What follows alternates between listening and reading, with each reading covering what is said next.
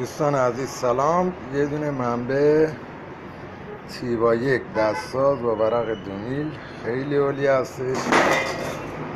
اینم خروجی استیل اهرام خورده، نگاه کنید اهراماش کیفیت بسیار عالی، نگاه جوشاش کنید خیلی چیز خوبیه. اینجا هم آتش اهرام خورده، اینجا اهرام خورده، لوله که زدیم همه خروجیش لوله بازه بلوچه به حساب میاد. خروجیش هم نگاه کنید دوستان استیله، خیلی رنگ باحالی و با کیفیت. اینا از منبع بلوچی تیوا 1 با خروجی کروم استیل. اینجا هم اهرام خورد. حالا نگاه کنید این قسمت اومدیم